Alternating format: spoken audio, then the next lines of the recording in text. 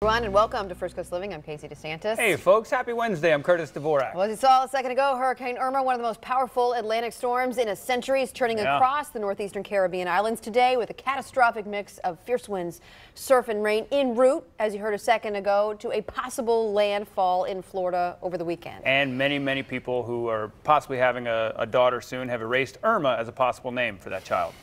We got a bunch of other stuff, though. The eye of Irma, Category 5 storm pack and winds of 185 miles per hour, already passed over the island of Barbuda, east of Puerto Rico. The U.S. National Hurricane Center reported possibly hitting Florida on Saturday.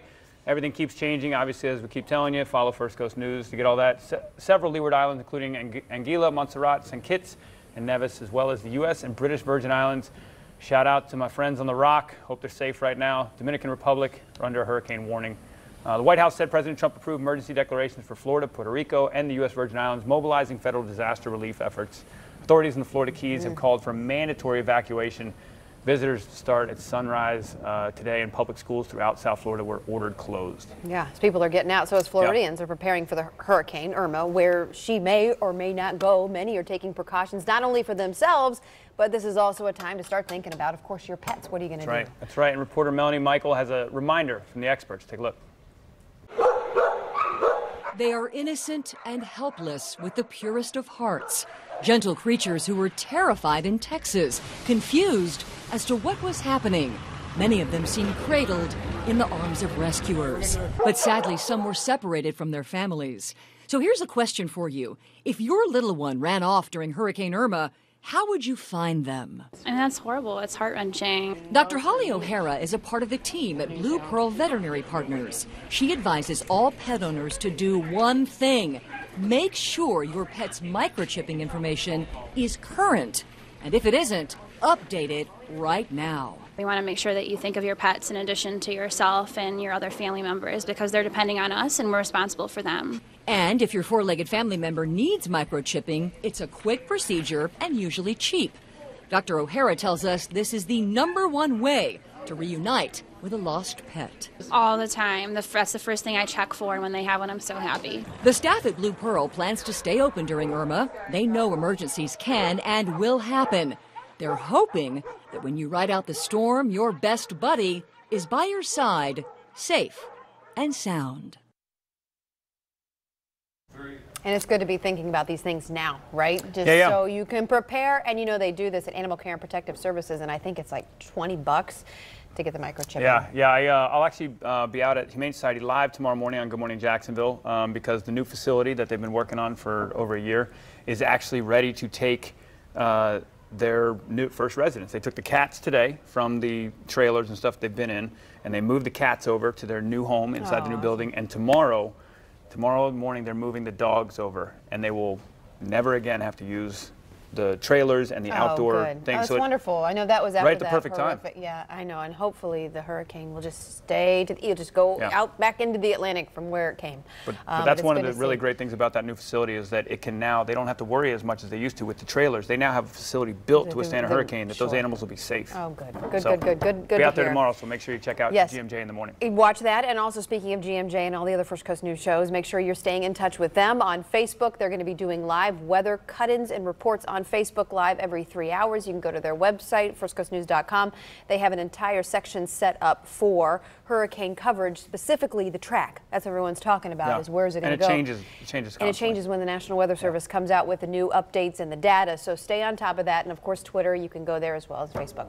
Okay, in the meantime, speaking about things not related to storm coverage, have you heard about this scandal rocking the baseball world today? It's not surprising seeing who is responsible for it, the Boston Red Sox. So according to the New York Times, who put out this report, they say that investigators for Major League Baseball have determined that the Red Sox, who, by the way, are in first place in the American League East, executed a scheme to illicitly steal hand signals from opponents' catchers. That's right. Guess what? Using Apple iWatches. Listen.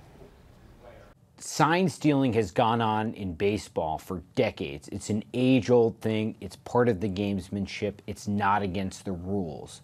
What is against the rules is using anything other than your eyes to steal signs. In this case, they were using an Apple Watch to communicate.